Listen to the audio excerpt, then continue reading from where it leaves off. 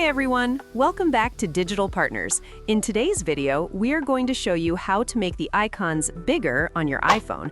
If this video is helpful, let us know in the comments. Leave a like and subscribe to our channel for more tutorials. Let's get started. If you want to make your iPhone icons bigger, the first thing you need to do is go to your home screen. Once you are there, press and hold on an empty area of the screen where there are no apps. After a moment, you will see new options appear. Look at the top left corner of your screen and tap on Edit. Then select Customize. Now you will see two size options for your app icons, a smaller one and a larger one. To make the icons bigger, simply tap on the larger square option. As soon as you tap it, your icons will automatically increase in size. Once you're done, just tap anywhere on the screen to exit editing mode. And that's it. Now you know how to make the icons bigger on your iPhone.